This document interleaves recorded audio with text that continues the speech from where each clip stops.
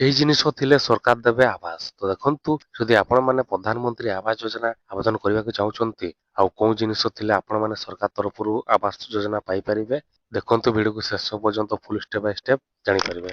ଆଜିଠୁ ଆବାସ ସର୍ଭେ ପ୍ରଧାନମନ୍ତ୍ରୀ ଆବାସ ଯୋଜନାରେ ନୂତନ ହିତାଧିକାରୀଙ୍କ ଚୟନ ନିମନ୍ତେ ଆଜିଠୁ ଆରମ୍ଭ ହେବ ଆବାସ ସର୍ଭେ।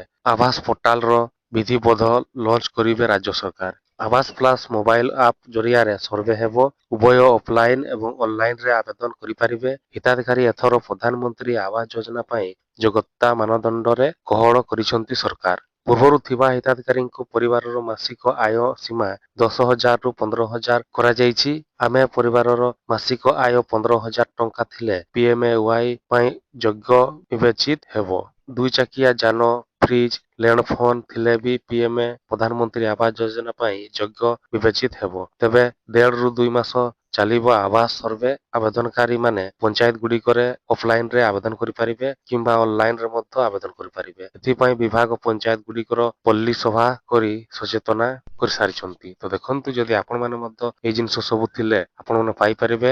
10,000ରୁ 15,000 ମଧ୍ୟ ଆୟ ପାଉଥିଲେ ମଧ୍ୟ ପାଇପାରିବେ। ତ ଏଇଭଳିଆ ଆଜିର ଅପଡେଟ ଥିଲା। ଆଶା କରୁଛି ଭିଡିଓ ଭଲ ଲାଗିଥିବ। ତାହେଲେ ସେୟାର କରନ୍ତୁ, ଲାଇକ୍ କରନ୍ତୁ।